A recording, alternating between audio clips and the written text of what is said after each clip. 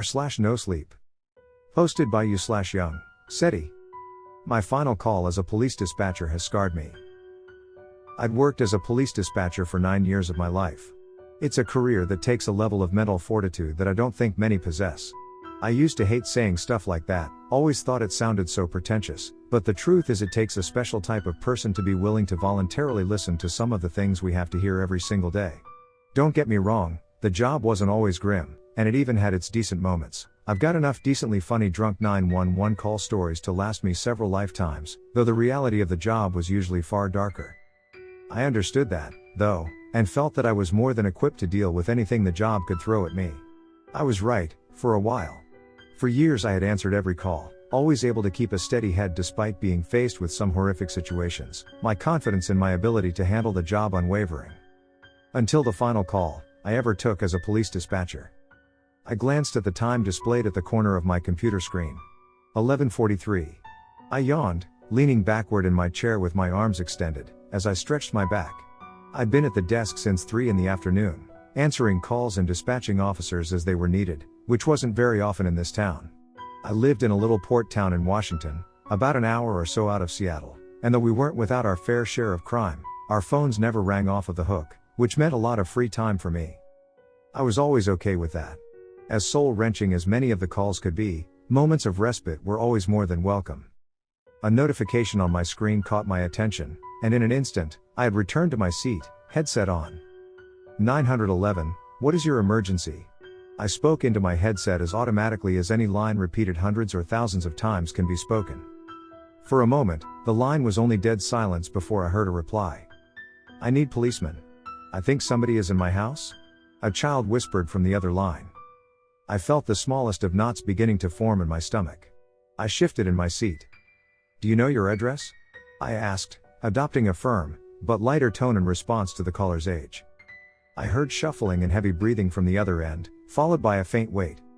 The caller returned and whispered their address. She was a little girl, by the sounds of her voice, and she sounded scared. Good job, what about your phone number? The process repeated, and I quickly relayed her information to dispatched officers. Her address was on the edge of town, a little out of the way, and I understood that it may be a while before help arrived. I stifled a sigh, not wanting to vocalize my worry as I received an estimated arrival time. Is there an adult with you in the house? I continued. No, the little girl replied breathlessly, and I could hear the anxiety rising in her voice as she spoke. My mom works late, and my sister. There was a pause, followed by an audible sniffle. She's camping with her friends, and... Somewhere on her end of the line, there was a crash. Then a scream. My heart dropped. Are you still there? Are you all right? There was a repetitive thumping sound followed by the slam of a door. I'm here. The little girl spoke breathlessly into the phone. Are you all right? I repeated the question. Yes, was all she replied, barely above a whisper. Her tone worried me. She sounded more than afraid. Sad? No, disturbed was the proper word for it. Then she began to cry. Not as quiet as you would expect given her situation, but a deep helpless sob that made my heart sink. When she spoke, it stopped altogether. Please, please, please, help me. Her sobs turned into a hysteric cry and I could hear loud repetitive thumps from her end. Footsteps, and they were clearly not hers. They were heavy, far too heavy for a little girl. Without warning, a shrill cry, like the sound of microphone feedback, rang through my headsets. The sudden assault on my ears caused me to jump, and my heart set off to racing like a jackrabbit. I fought the instinct to throw the headset off and instead clenched my eyes shut as the noise faded as suddenly as it had come. I saw it. She sputtered through sobs, oh please, please, I don't know what it is. The frantic and frenzied nature of her begging increased, and a strangeness began to settle in the air that I couldn't quite place. A quick glance around the room confirmed that most of the desks around me were empty, and I was on the call alone. The thought made me feel very isolated, and a growing uneasiness continued to take hold of me that I couldn't place. Something about the call just felt wrong. Police are on the way, I began. I tried to infuse the statement with my usual level of assertiveness and confidence, but I worried that the uneasiness may be audible in my voice. Can you tell me your name? I asked. Amber. All right, Amber, are you or can you get somewhere safe? A room with a door you can lock? I'm in my room, she said through sniffles, and it was obvious that she had been crying profusely. I locked the door. Good, I'm gonna stay with you on the line. Is there anywhere for you to hide? The sound of footsteps grew in the background, as her voice lowered to a whisper. I think, under the bed. She whimpered. Okay, is there? I paused, thinking over my words before continuing. Anything you can use to protect yourself? There was silence on her end for a moment, followed by a hushed yes. As she dropped the phone, I assumed to get a weapon. The clamor from within the house had grown closer to the phone, and the piercing ringing sound had returned. I was almost certain there had to be something wrong with my headset or with Amber's phone, and the sound grew to an almost unbearable extent, matched only by deafening thuds from somewhere on the phone. It sounded too close. I could feel the hairs begin to rise on the back of my neck, and the ominous sense of panic began to give way to an unexplained fear. The urge to look over my shoulder grew harder to fight, as the persistent thudding sound grew louder. Nearer. It all sounded too clear, I guess. There was no static, none of the white noise typical of a phone call, nothing. Just the sound of footsteps approaching closer. Closer.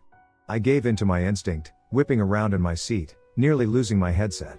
No one. I had no time to settle my nerves, as Amber returned to the line. Are you there? She whispered, yanking me from my fog and back into the moment. Why yes, I replied. I struggled to shake off my fears. Something was very wrong with this situation. Despite my worries, I shifted my attention back to Amber. There isn't any weapon, the girl muttered, but I have something. There was a pause. Oh okay, what do you have? I asked, realizing my prompt was necessary. A rabbit. A pink rabbit, she said, and even over the phone, I could hear a little embarrassment. My dad gave her to me when I was little, she sniffled. He said she would keep me safe. I didn't know what to say for a moment but didn't want to miss a beat. He was right, I said, as encouragingly as I could. Everyone knows pink bunnies are great protection. Can you go back under? I was interrupted. Amber, I miss you. I could hear a man call from within the house. So the intruder knew her? I furrowed my brow. Amber, do you recognize that voice? I asked, hoping she could identify the intruder. There was silence for a moment, before her response. It sounds like my dad. Why does it sound like my dad? I blinked. What do you mean? That's my daddy's voice. Why does it have my daddy's voice? I didn't know how to respond to that. Hell, I didn't know what to think about. Had his voice? Before I could ask what she meant, we were interrupted by a sound. The thing we heard has taken me years to try to understand. I've come to believe it was that, things laugh. At the time, though, we couldn't know. It was the sound of metal crunching in a car accident as it met flesh, a wet, grinding shriek that shook me to my core. I wanted to vomit, and my vision began to blur. I can only imagine what it was like for Amber, hearing that all in person. Hey Amber, I panted, my senses returning to me all at once. She barely had time to respond, before we heard it. A voice, or voices, calling for her from somewhere nearby. They spoke as one, all with the same odd inhumane nature, dripping with malintent. Amber, my blood froze. Amber began to cry, and her cries eventually becoming pleas, as she begged for help, her life, her mother, and my intervention. 5 more minutes. Just 5 more minutes. I muttered, mentally cursing the timer which displayed the estimated arrival time of the dispatched officers. I prayed it would be soon enough. It's outside the room, she whispered, her voice one of utter panic, before breaking into a quiet sob. I silently swore under my breath. Amber, I need you to hide right now if possible. The police are 3 minutes away. Stay as quiet as possible. There was no response, but I assumed from the shuffling sounds I could hear that she had gone back under the bed. For a few moments there was silence, then Amber spoke, and my heart dropped. I'm going to die. You are not going to die, Amber, I began, worry now audible in my voice, I promise. It's reaching under the door. Oh my God. She muttered. There was a crash, louder than before, and Amber began to shriek. The noises continued, and it began to dawn on me what I was hearing. It was breaking down the bedroom door. Amber's screams had devolved into horrified babbling and pleas for her life too, whatever was on the other side of the door. Her screams were soon drowned out by the same noise as before, that sick fucking laughter. What are you? Amber shrieked, loud enough to make my ears ring. Please. What are you? What are you? It mocked, in a voice that was some sick parody of Amber's. Panic gripped me as I glanced back at the corner of the monitor displaying the dispatched unit's arrival time. 1:36. Please God, let it be soon enough. Amber, are you there? I called. Amber? As suddenly as it had started, everything went silent. Somewhere in the distance, I heard sirens. I hear them, Amber. Officers are a minute away. Silence. My heart began to sink. Amber, are you there? I could hear something shifting. Breathing. I think it's gone, Amber said. A surge of relief rolled through me, and I let out a sigh and leaned back in the chair. 027, the dispatch time read, and the sirens in the background grew louder. You did very well, Amber. Police are almost there. You did really well. I couldn't think of what else to say. I'd never had a call like this, and something about it all felt so strange. Something Amber had said began to ring in my mind. What are you? Amber, I began, what did you see? I was met with silence. Amber? Amber began to laugh. Amber, I said, my voice pleading. A wave of realization crashing down on me. The laughter grew more raucous and less human with every second. Somewhere in the background, there was a knocking sound. They'd finally arrived, too late. I asked the only thing I could think at the moment. Why? The laughter stopped abruptly, as the thing on the phone spoke. It was fun. There was a click, and the line went dead. The house was empty when officers arrived. No signs of forced entry anywhere except the door to Amber's bedroom, the bottom of which had been torn away by something leaving a wide space to crawl beneath. And Amber, or what was left of her, decorated the room. Whatever had been there left nothing behind to identify it, only carnage. The case was never officially closed, and everyone had their theories as to what had happened that day, ranging from serial killers to a bear attack, and everything in between. The call was never made public, not my decision, but not one I necessarily complained about either. I never want to hear that recording again. I put in my 2 weeks' notice that same night, though I never returned to work after that day. I'd been content to try and forget about that call. As callous as it may sound, I was content trying to forget about Amber, to forget whatever I had spoken to on that phone, but I don't think it's done with me. Last night I dreamed, or had thought I was dreaming, the sounds of footsteps running throughout my house, as something screeched and laughed and mocked me just outside my bedroom door. I stayed in my bed long into the morning despite the sounds having stopped, paralyzed by a mixture of fear and confusion, until eventually, I convinced myself to leave the bed. I crossed the room, cursing every creak the floor made under my weight. I lowered myself to the ground, holding my breath as I peered under my bedroom door. There was something there, but it wasn't moving. I mustered up the little bravery I had left, and rose to my feet, my eyes shut tight and a prayer on my lips. I pulled open my bedroom door slightly and stuck my head out just enough to see what lay outside. I stifled a gasp, and tears flooded my eyes as I bent over to pick up the object. Placed right outside my door was a little pink bunny, covered in dark stains. From somewhere within the darkness just beyond the bedroom door, Amber's laughter echoed. Posted by YungSeti. If the Uber you get in seems strange, trust your gut. I pulled the mask over my nose, pausing my music as the car pulled alongside the curb outside my apartment. Kicking up a spray of filthy snow the plows had piled along the streets. It was a red sedan with a slight tint to the windows, and one of those dancing hula ornaments at the center of its dashboard, similar to the one displayed on my screen. I shuddered, muttering in irritation at the flecks of muddy snow that now dotted my jeans, stepping gingerly through the mound as I rounded the back of the car. I knew better than to enter the vehicle without confirming first. I'd heard the horror stories about women getting into the wrong Uber or Lyft, and finding themselves stuck in a car with some maniac, and I'd made a practice of always checking before I got in. I squinted, glancing between the rideshare app open on my phone and the license plate beneath the trunk, under the light of the singular street lamp on this side of the street, confirming that they were in fact the same. Red rust spilled from the bottom of the trunk, flakes of it staining the top of the plate. A breeze sent another icy chill down my spine, and I hurried to open the back door opposite the driver's side, as I slid into the vehicle. "Hi," I huffed with exertion, doing my best to kick some of the clinging snow from my boot as I entered. "Jonathan?" I decided I'd clean them as best as I could, and turned, bringing my legs into the car as I sat upright, turning my full attention to the driver for the first time. He nodded, his long greasy hair bobbing across his shoulders with the motion. He watched me for a moment in the rearview mirror, and I couldn't help but stir. Something about the odd look in his eyes making me slightly uncomfortable. Even with the mask covering half of his face, a stained surgical mask that looked like it had been in use since the start of the pandemic, there was something hollow, yet strangely sinister in his vacant stare.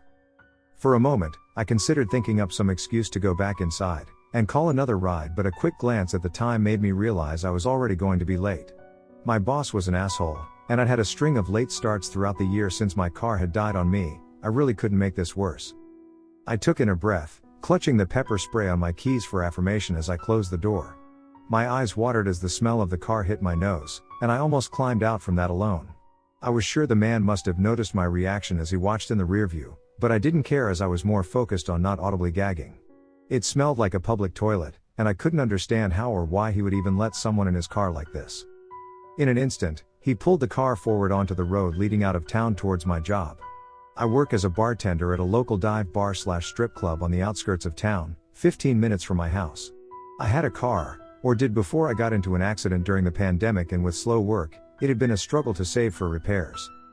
So for the time being, it was ride-share apps and awkward conversations. I fought the urge to get comfortable and settle in to scroll social media or listen to a podcast. My cell service was spotty in these areas as it was, and I was quickly running out of data for the month, so any streaming was out of the question. Hell, even trying to follow the progress of my ride on the app was all but impossible with my phone, the image of the car usually frozen on the last road there was internet. Besides, something about the man demanded I keep my guard raised. A strange sense of disquiet seated in me at the sight of him, and I prayed for the seconds to tick by faster. I watched his phone, trying my best though likely falling short of stealth, as I tried to make sure he didn't veer from the path. As I watched his screen, glancing down at my phone every few seconds to try and appear less nervous. Every so often I'd get that odd, pin and needle sensation at the back of my neck. The feeling that I was being watched and from my peripheral. I was certain I could see him watching me intently through the rearview mirror, only for me to glance up and find his attention focused on the road ahead. Despite my best attempt, I couldn't get past the smell. It reeked, and I couldn't understand how Jonathan wasn't reacting. I was trying to work up the courage to ask him to roll down a window without coming off as rude when he suddenly spoke. His voice was low and raspy as he read the name of my bar aloud. "What are you doing somewhere like that at a time like this?" he asked, the question devoid of any semblance of genuine worry. "It's late, almost midnight." He tapped the time on the dashboard. "Someone waiting for you?" The question sent a chill down my back, and I could feel my hackles raise at his probing nature. "Yes. My boyfriend," I answered, far too quickly. I thanked God for the mask, certain that without it, he could see the lie in my face. Even with it, I wasn't sure he couldn't as he peered through the rearview mirror. I glanced out the window to my side. We were on the freeway nearing my job, about 10 minutes away, empty road and trees speeding past. I could ask him to let me out, but that was its own frightening prospect, and the fact that the road was all but empty at this late hour made the idea even more uncomfortable. I held back a sigh. We were getting closer to my job, and he seemed to be sticking to the GPS. I clutched the pepper spray for assurance and resolved that I could make it through the rest of the drive. It's not like I hadn't had a creepy driver or two before, but I'd always made it to my destination safely. There hadn't been anything yet to tell me Jonathan wasn't anything more than your average, run-of-the-mill creep. I was sure I could handle 10 more minutes of uneasiness, rather than being stranded on the side of the road at night. Still, his question, and my sudden answer had put me on edge, and an idea occurred to me. I scrolled through my contacts until I found Tyrell, my coworker, and the nighttime security at the bar. He was the closest thing to a friend I had, and a tall, imposing veteran. The phone rang, once, twice, several times as I pleaded mentally for an answer. "Hey, this is Tyrell," my heart leapt. "Hey Ty, I'm sorry I missed your call, leave a message and I'll try to get back to you." It plummeted in the following instant. Though his eyes stayed on the road, I could almost feel that the man's attention was fully on me. "I'm on the way," I tried to continue seamlessly, stumbling along my words despite myself as I spoke. "I'll need some help taking that stuff inside from the back, so if you could come out to help me that would be great." I paused, my heart in my throat as we watched each other in the mirror. The air buzzed with palpable tension, and it suddenly felt very suffocating under the mask as I tried to breathe normally. That stench. God, where was it coming from? It clung to the air, assaulting my senses with every breath, and my eyes watered. "Oh okay, bye," I muttered into the phone, realizing I was supposed to be on a call. I'd been so distracted, my attention had strayed from both the road and Jonathan's phone. I hardly realized that we'd veered off my recognized path at some point, apparently turning down one of the many off-roads along the way. I could see the icon on his screen freeze as the app recalculated the route, finding a new path to my job, which he ignored, continuing forward. I think you should have stayed on the interstate. It's the quickest way and my boyfriend's already expecting me so. Jonathan chuckled to himself. It's a shortcut, he murmured. Then, with a click, he turned off the screen of his phone, grabbing it off of its mount at the center of the dashboard, sliding it into his coat pocket beneath something else. My heart plummeted as though I were in free fall. He laughed to himself as though he'd told some inside joke, and with a feigned, odd sort of leisure began drumming along the steering wheel with his fingers, humming off key loudly. My head spun, a sense of surrealism buzzing in the air as my stomach dropped watching the screen of his phone go black. I could check our progress from the app, I knew that much, but something told me it wasn't necessary. Everything about the way he'd said it, and the fact that he'd turned off the phone told me that he wasn't heading for the bar.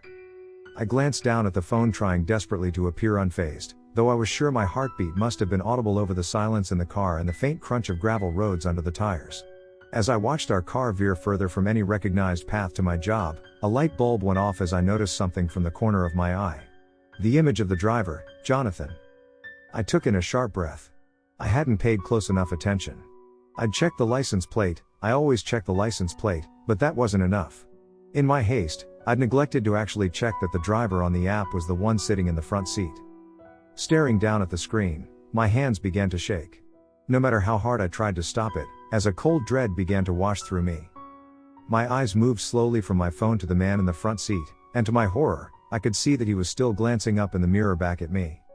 It wasn't the right driver. The man on my screen, Jonathan, was a kindly-looking older gentleman, old enough to be my grandfather, with tan skin and short gray hair cut neat. A far cry from the shifty, strange character I was now alone in the car with. My mind raced as my heartbeat painfully thudded against the inside of my chest. I wanted to call the police, but the idea scared me for the same reason asking him to stop had earlier: escalation. I got the distinct feeling the man was unwell, and likely dangerous. He could respond to my attempts to call with more immediate violence. Fuck. I wanted to throw up. I'd listened to a true crime podcast or two in my day, and it was beginning to feel more and more like I was being featured in one. I could almost hear them narrating my demise, describing with a practiced spooky voice how I'd been distracted, and wandered into a nightmarish last ride. My thoughts were plagued by all the things I hadn't done, whether it was because I put them off till some nebulous future date or just couldn't because of life. There was so much I wanted to do. I was so caught up in horrible fantasy, I was slow to realize that the car was slowing down, pulling near the side of the unmarked road. The thudding in my chest intensified violently, as I saw his eyes in the mirror, and found a look of predatory glee glistening in them. Where are we?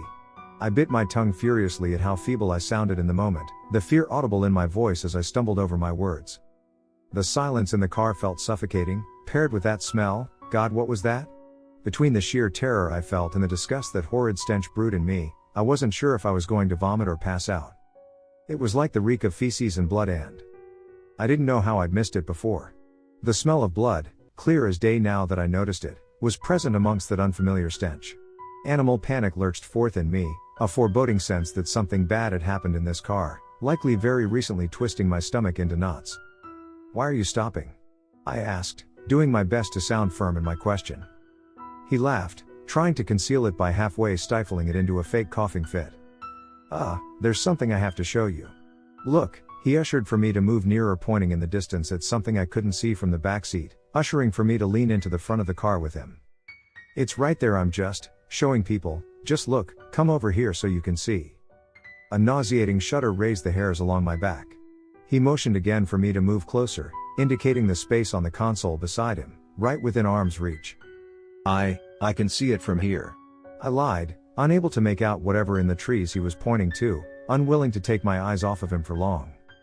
He sighed, and muttered something, giggling to himself again like he was telling some wonderful joke.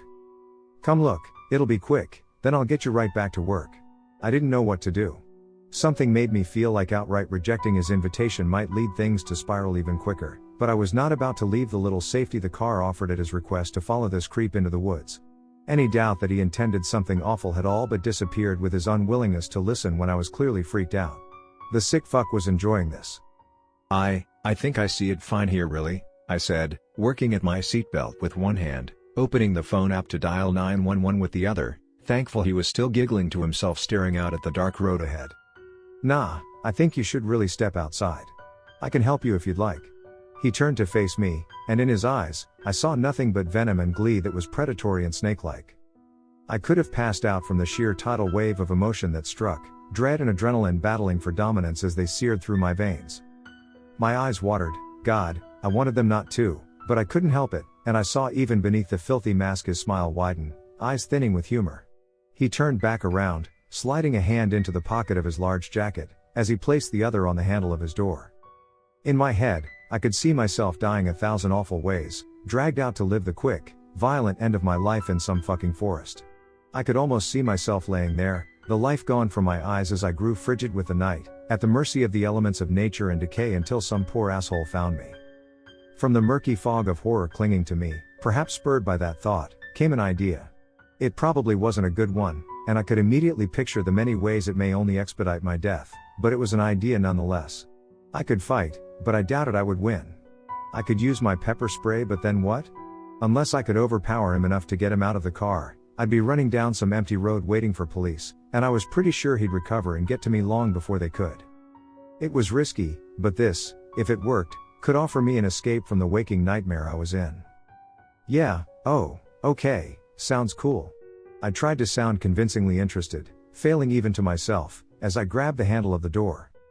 I swallowed, feeling almost nauseous from anxiety as he watched me through the mirror, eyes narrowed. Still, it appeared my answer was enough for him. I guess whether it was genuine or not, we both knew I had no other choice. Muttering a silent prayer for the first time in years, I pulled open the door, stepping out of the car. I engaged the door lock, then closed it behind me, the sound ringing with a potential finality.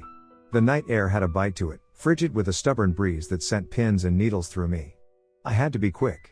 I stepped away from the door, moving forward nearer the passenger side, glancing out in the direction he'd pointed, confirming my suspicion. There was nothing out there, nothing but trees and more trees. I heard the driver's side door open and shut behind me, and turned to see him rounding the car. He was tall, taller than I'd expected from his sitting position, his legs casting long shadows as he passed the car's headlights. My heart pounded, and for a moment my body seemed to lag before some animal part of me screamed to move, adrenaline spurring me forth. I gripped the handle of the door, pulling it open as quickly as I could move, and throwing myself inside. I shot a quick glance out the windshield and saw him freeze, then stop, slamming both hands on the hood of the car with a thud and a look of fury in his eyes made worse by the shadow the headlights cast. As he did, something in his hand caught the light, casting a glint. He had a knife, a long blade fit for some sort of butcher, already used, by the looks of it. "Get the fuck out of the car, you fucking bitch, I'm gonna fucking gut you if you don't open this door," he cried out, a sound much like a furious animal, and hurried to the passenger side door. I locked the door as quickly as I could move, recoiling quickly away from the window as he slammed his fists against the glass, which cracked slightly where the hilt of the blade made contact. I screamed, a sound almost unfamiliar from my own mouth, as he slammed his fists into the window again in a rage. He stared at me, eyes almost bulging out of his head with anger, veins visible on his pale neck, then glanced at the door I'd just come out of, quickly tearing at the handle. I had locked it. The feeling of relief at my foresight was like salve on an open wound, only to be replaced as I watched him begin to round the back of the car. I hadn't locked the other door. "Fuck, no, no," I cried, my voice raw with pure panic and defiance. I crawled over the center console, slamming my leg painfully against it in the process as I dove desperately for the power door lock on the driver's side. Our hands made contact at the same time, his on the handle, mine on the button, the split-second difference in the time it takes to pull a handle versus push a button, the difference between life and death. The doors locked with a satisfying click, and I turned to see the man who wasn't Jonathan's eyes widen with a look of fury, shock, and worry. He reared back and kicked the driver's side window with enough force that his leg made it through, the bottom of his boot barely an inch from my face, but didn't manage to fully shatter it. He strained for a moment to pull his leg free, muttering a string of expletives and threats at me as he pulled against the glass, which tore at the legs of his stained jeans and drew nauseating amounts of blood in the process. Shock held me in place for a moment, as I tried to blink myself back into action. My eyes fell on the keys, still in the ignition, and I glanced back at the man trying to pry his leg from the window. He watched me with hate in his eyes, gripping the stained blade in his hand with white knuckles. "I'm gonna fucking kill you, Tracy." It shook me somehow, more than anything, to hear him say my name, and I wondered for a few horrifying moments how he had, before I realized he had access to the app. He'd been on Jonathan's phone and would have seen the passenger's name.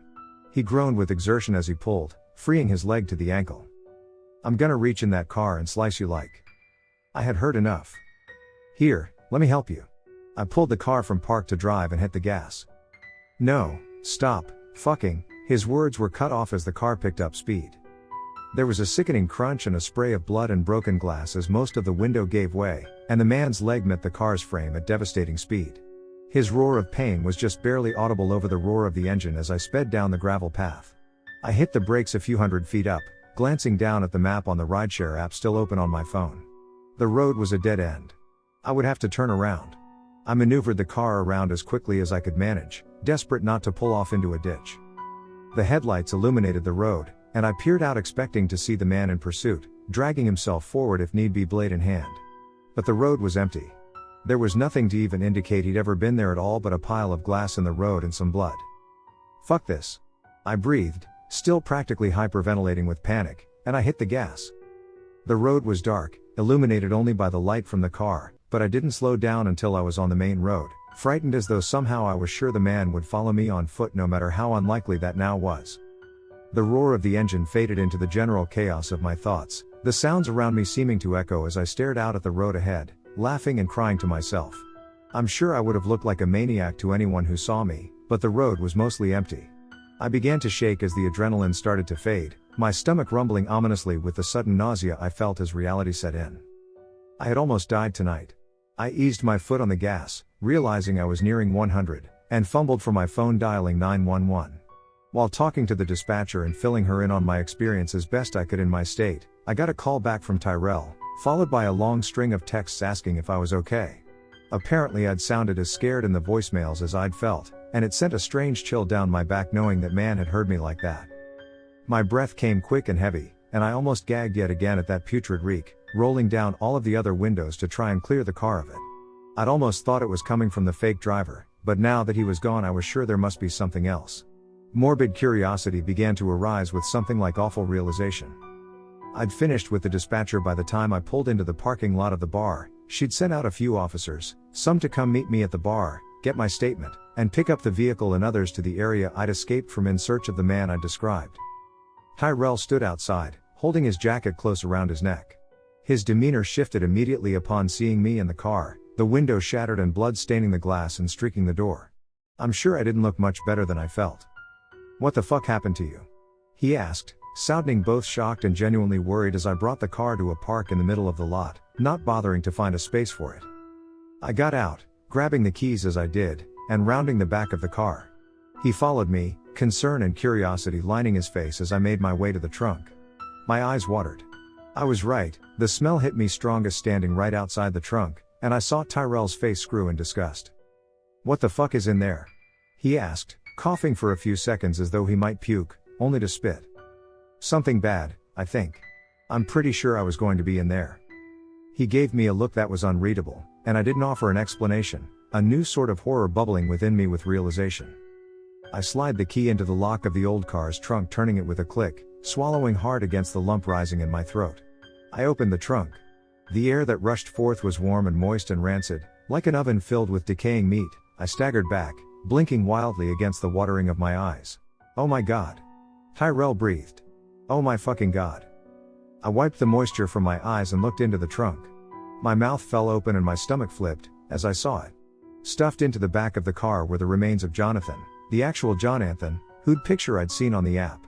His face was a chalky white, mouth agape in a permanent expression of horror, and where there should have been eyes instead were two empty pits.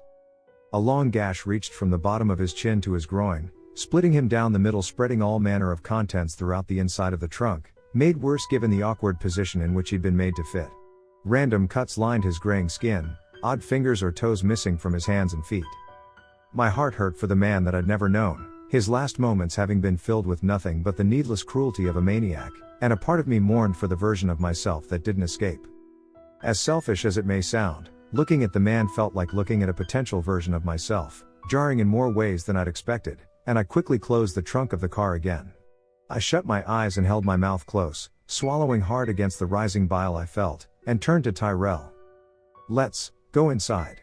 Cops will be here soon to get my statement, and I need a fucking drink." He nodded, eyes still wide, casting another glance at the trunk before leading me inside. The cops showed up not too long after, Though by then I was already a bit buzzed. Sue me, I'd survived an attempted murder, and there wasn't much more information I could give that I hadn't already. I spent that night at my sister's house, my boss offering me the rare night off due to my event as he called it, and Ty offered me a ride as I was in no mood to call an Uber, taxi, or anything of the sort. The following days went by in something of a surreal blur. I took call after call from friends, acquaintances, people I'd met once at a party, and the like, all feigning concern in an attempt to hear the story from me. At some point I returned home, feeling self-conscious about burdening my sister and her husband, and returned to my apartment. Between all of the gossip-seeking calls, came the one call I was waiting for. It was from a Detective Howard at the local police department, the man in charge of my case. I'd been cleared of any suspected involvement almost immediately, as the body of Jonathan Derry, as I'd come to learn his name, was several hours old by the time I'd stepped into the vehicle, and his car had been taken hours away from the city he lived and most commonly drove in, all the way to our little town, likely by the man I'd been in the car with that night. They didn't have any clue as to the man's identity, as by the time officers had arrived, there was no trace of him besides his blood in the pool of glass, and my description of a guy with greasy long hair would only be so helpful, given a person on the run is likely to change their appearance, a haircut usually being the first solution. He told me that they were keeping an ear out at any local hospitals for a man of his description with an injury to the leg like the one I'd likely caused him, and told me I'd be kept updated on their progress. "You survived something most people probably wouldn't," he said as the call drew to a close. "Count yourself lucky." "I guess, thanks." "No problem, get some rest, if you've got any questions." It occurred to me instantly, like a random light flickering to light amongst the darkness, I wasn't even sure why. "Did you find the phone? The driver's? Jonathan's?" It was like pulling at a string and unraveling more and more frightening realizations. The phone had had my address, my name, and phone number on it. I'd never finished the ride, so there was no way to be sure how long he'd seen my address. Even if he hadn't, he'd seen where I lived. No phone, they're looking into it though. What if he comes back? He knows where I live, where I work, what if he comes back? The words left my mouth almost mechanically, my breath catching in my throat as a familiar anxiety returned. Then you call us. That's not likely to happen, we've got no reason to believe he stayed in the area. You're safe. He didn't sound convincing. Again, if anything happens, call us. Okay, thanks. I couldn't think of anything else to say, as the call clicked to an end. The last few days have been passable. Ty has offered to drive me to and from work, which is fine for the time being, but I live out of his way and I don't want to impede for much longer. There's been no sign of that man, outside of the recurring nightmares riddling my restless sleep each night, but every time I see an unfamiliar car slow down outside my building my heart stops, which is all too often in an apartment complex. That's why I'm writing this. It's both a warning and an attempt to get this shit out of my mind, so maybe leaving it here will help. That man, whoever he is still out there, and I'm sure there are others like him.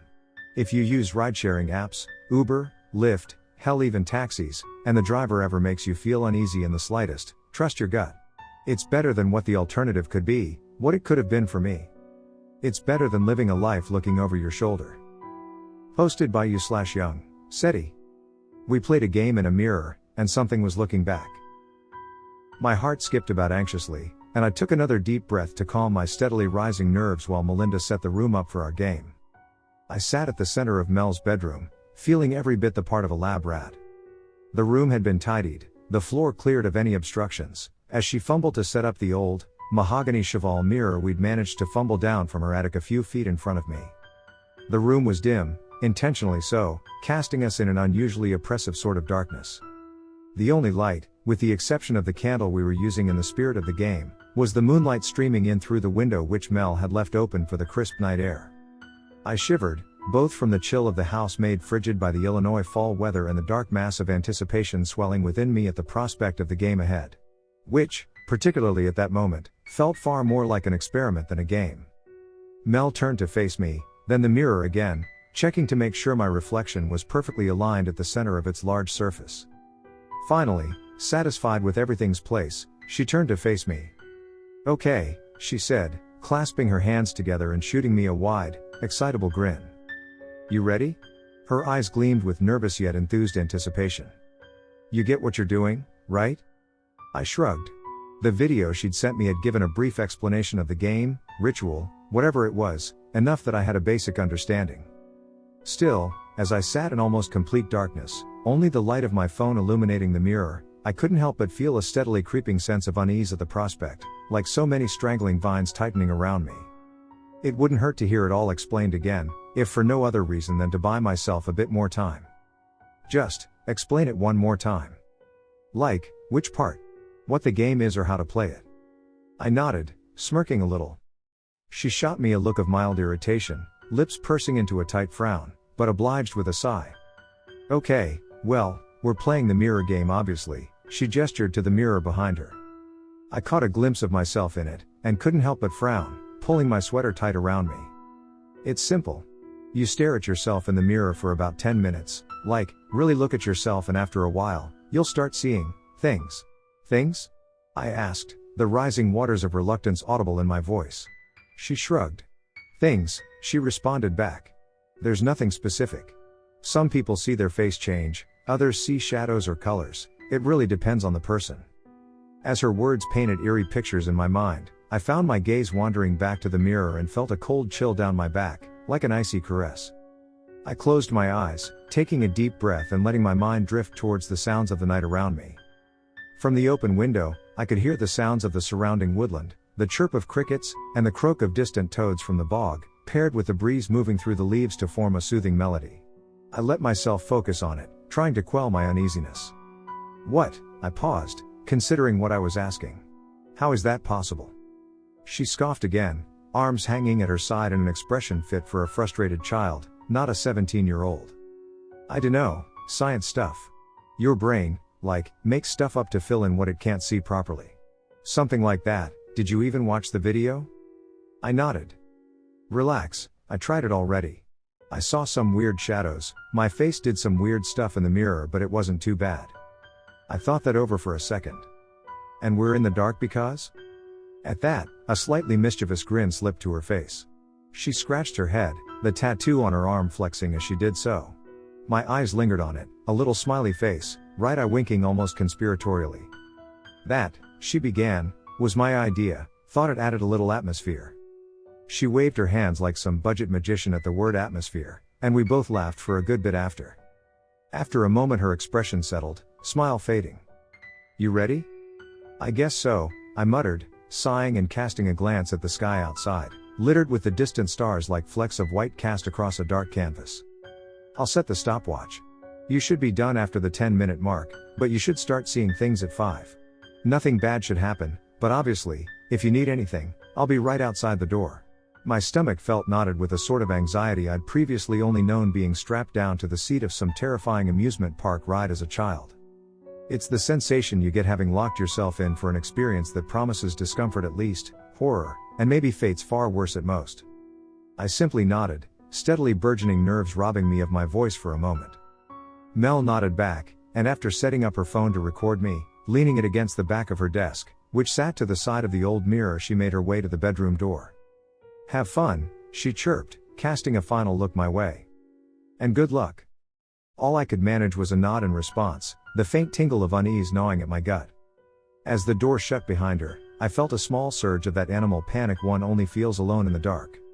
It was a strange, contradictory sort of terror, both utterly isolating, yet feeling as though every snap of a twig or rustling leaf might harbor some unseen threat lingering just out of sight. I shuddered once more in my seat, this time having less to do with the temperature, frigid as it was. It's cold. I thought. This is stupid. I should just. My mind began running through every reason to abandon our experiment outright. Still, I'd agreed to try this, it had sounded interesting before I was actually sitting in the dark by myself, and I knew Melinda wouldn't let me hear the end of it. Besides, once I was done it would be her turn to try, which was a funny enough thought, given her jumpiness, to stir some motivation. I sighed, locking eyes with myself in the mirror a few feet ahead, taking stock of my appearance as I settled in for 10 likely very boring minutes. I grimaced. I'd never been much of a fan of my appearance.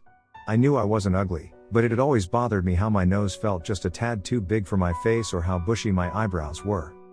I never spent too long looking at myself for fear of whatever imperfection I might discover next. Still, Mel had spent almost an hour convincing me I looked fine, and that perhaps it might help to see a crazier version of me if anything, and my resolve faded as curiosity struck.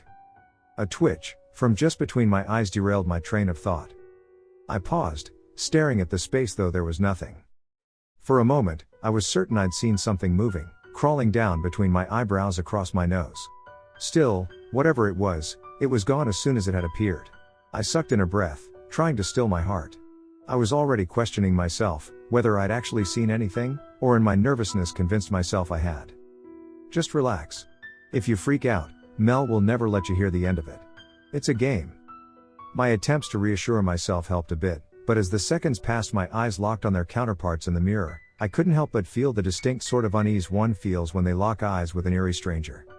As the seconds passed, I began to question myself. Had my eyes always been so beady? Did I always appear so angry? Perhaps it was the lighting, I thought, or the angle at which I sat, but I couldn't help but notice how upset I looked. My eyebrows seemed to curve, creating a permanent glare, lips rested in something nearing a sneer. It seemed almost sinister. Somehow, it didn't feel right. I shifted, swallowing hard as I forced a smile. I smiled until I was squinting, watching with a mild unease in the mirror as my face shifted in response. Somewhere in the depths of my gut, I felt a distant, almost perceivable twinge of dread. I was smiling, obviously, but somehow even that didn't look right. I ran my fingers across my face, an odd sense of dysphoria taking hold as I did so. I couldn't explain it, but I felt almost disconnected from what I was seeing before me. Even my smile looked wrong, sarcastic almost. Is this what she was talking about? The illusions?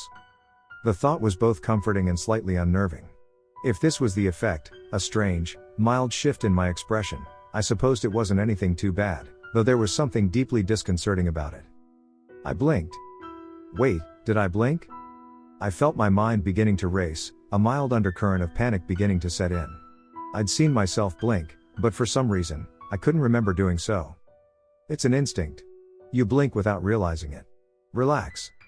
My reasoning was sound, though somehow deep down, I remained unconvinced.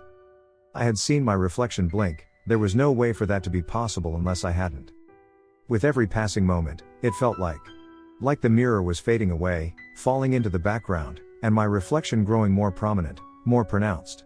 It's difficult to explain, even now. You'll start seeing things. It's different for everyone. Mel's words played in my head, abating some of the growing panic with the much-needed reminder. This was supposed to happen, after all.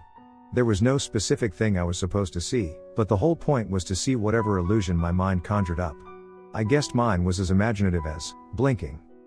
The thought almost made me laugh when I noticed something. It was strange, difficult to even put into words at first. I could see that there was something wrong with my reflection, yet for a while, I couldn't tell what.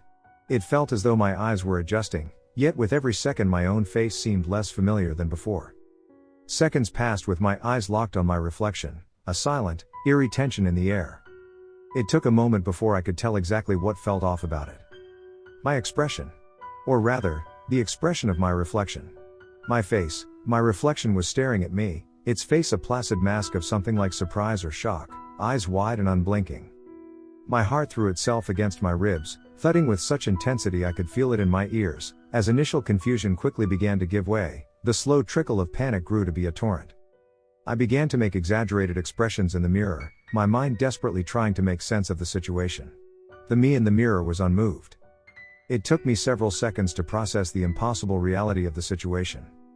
This is okay, this is supposed to happen.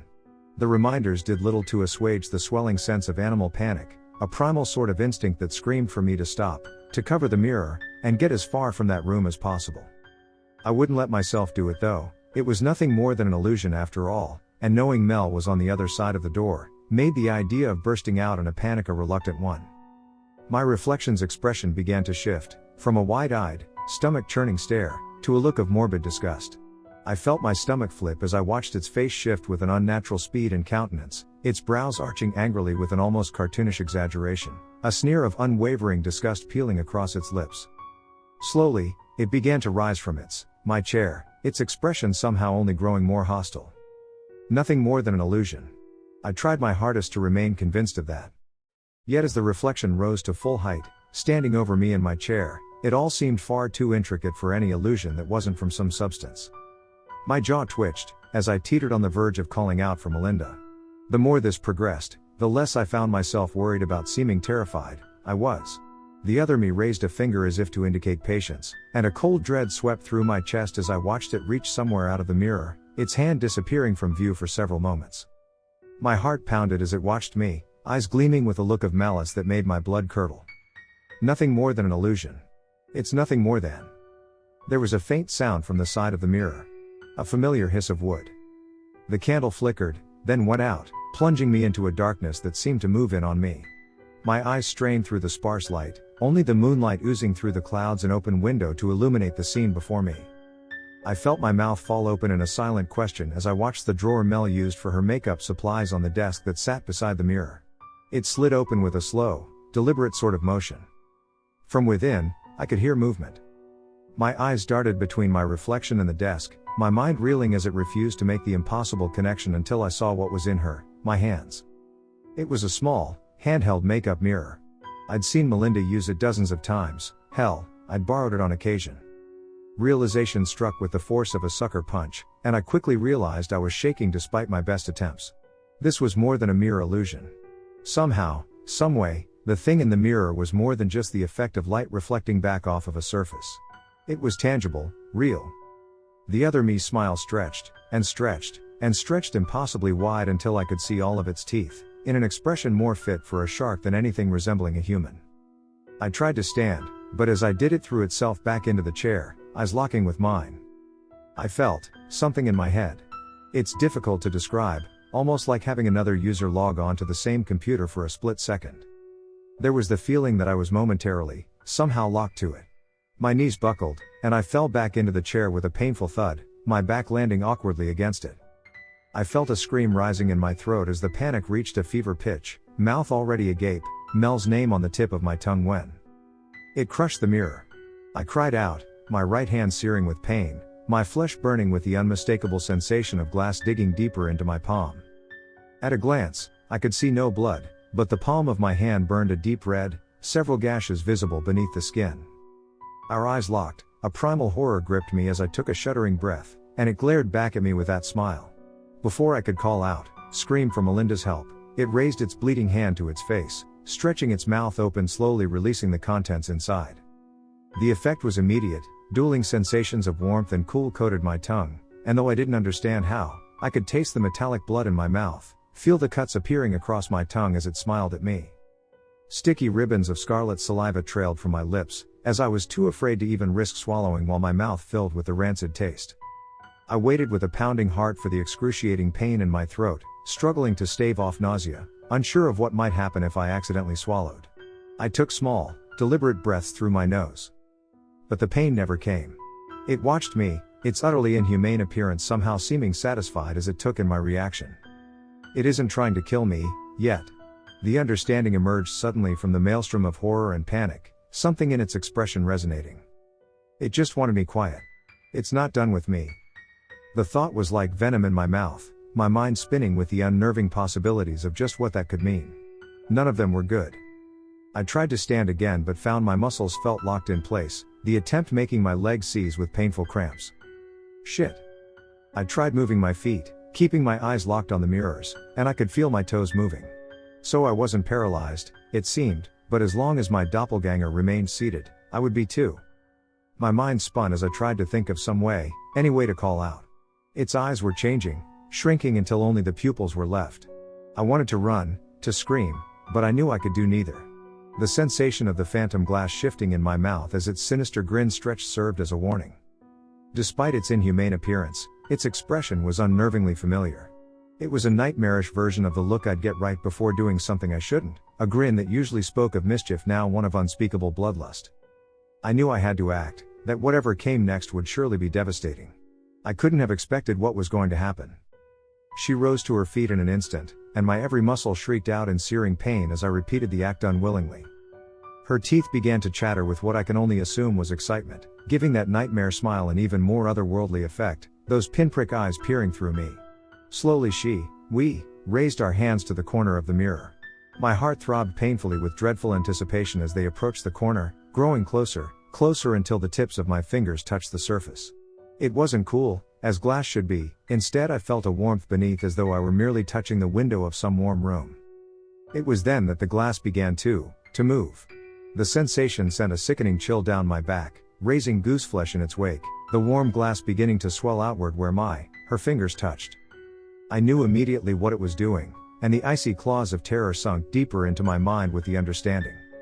It's trying to get out. I thought, my stomach churning with the nausea bred from adrenaline.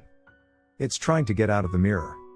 I was right, and as if to confirm my realization, I watched in horror as one by one, her fingers began to emerge, pulling through the glass that looked more liquid now with notable effort. It brought to mind the image of an animal reaching through an amniotic sac, and the thought made me want to vomit. Its flesh was impossibly cold, like ice to the touch, corpse-like, and I wanted nothing more than to pull away. But I was stuck. My legs locked in the standing position, one arm locked at my side while the other began to grasp the hand reaching out of the mirror. Her grip began to tighten around my fingers with an impossible strength. I felt something crack in my index finger, and a dull yet searing pain radiated through my hand. My vision spun with the pain. I wanted to scream but held it back, my mouth clattering open and shut in unison with its own, the painful shift of glass palpable every time. I watched, terror washing through me like floodwaters, as slowly her hand began to emerge. It pushed upwards as though moving through the surface of solid water, gripping my wrist with impossible strength. It pulled me closer, drawing its face nearer as it tried to press its way forth. Ear close to the surface, I could hear its voice. It was the hiss of death and decaying things, the whisper of dead fall leaves as winter's chill cold hand left the world barren. I have spent a lifetime staring back at you, watching the pathetic life you lead, attached to this disgusting form. A lifetime whispering, that voice at the back of your head, urging you to cut and trim and break yourself. Its face slowly began to push through the glass, warping and splitting as it emerged. The center of its face emerged from the glass, and for a moment, I could see what it truly was. Its skin was pale, the inhuman gray of a corpse, with divots running through its skull almost like a pumpkin. Where there should have been a nose, there is nothing but skin. The only thing that remained was that smile, stretched impossibly wide, dripping with murderous intent. As it began to pull its top half through, its form quickly returned to the mirror version of my own. And you brought me here. Now you'll watch from behind the glass. I knew immediately what it intended. Goosebumps charged along my back as I pictured myself trapped somehow within the mirror. If this is what was coming from the other side, I couldn't imagine what lurked there. I had to do something. Screaming was out of the question. As was running, any attempt would at best result in nothing, and at worst my collapse. I worked my grip nervously around the corner of the mirror. It was so close I could feel the unnatural chill radiating from her skin, and smell the rancid scent of decay heavy on its breath. I noticed quickly how its nose leaned to the right, the reverse of my own, an odd detail that my mind seemed to grasp in what I felt might be my final moments. It's cold, always cold inside. You'll never know warmth again, just the cold, harsh touch of the mirror, it giggled, a cackling sound that made it evident it had never made such a noise before. It was then that an idea emerged from amidst the maelstrom of terror, a Hail Mary from somewhere in the panicked recesses of my mind. Burning anxiety coiled around my heart at the thought of what I was going to do, knowing failure meant certain death, or worse. Still, it seemed that, or a fate worse was almost sealed. I had no other choice. I gripped the mirror for dear life, gritting my teeth despite the pain. The other me was a little more than halfway out, its body with gray skin almost reptilian in appearance in the brief seconds before it regained my own. I could feel its hot breath on my ear, taste the rot that seemed to spill from its very pores. It ran its tongue along my cheek, unnaturally long and forked, covered in small barbs. It's so cold, and dark. Misery, until the moment some wretched, weak thing comes to stare at you. Don't worry, I'll visit often. Every time I pass a mirror. It was pulling me forward, my face nearing the surface of the mirror over its shoulder. I prayed my Hail Mary found its target, and with a final breath, I tried to step back. My legs locked, and instead, I found myself slowly tipping backward. There was a split second, as me and the mirror rocked, it stuck in my grip, where the thing peered down, then back at me, confusion plain on its face. In an instant, as I slowly began to rock backward, it was replaced with a fury that made me want to leap out of my skin. No, you bitch. It snarled, its every feature twisted in a mask of animal rage.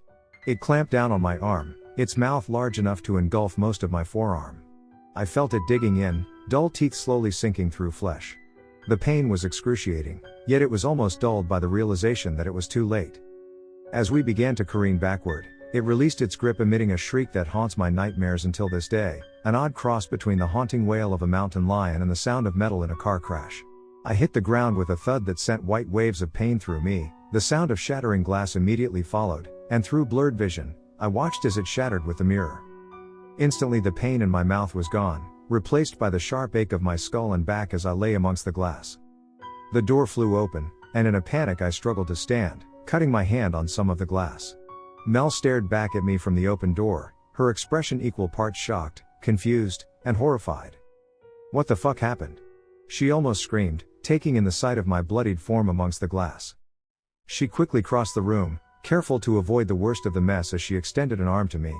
I was about to explain, panic still clinging to me like a stubborn fume, prepared to tell her everything when I paused.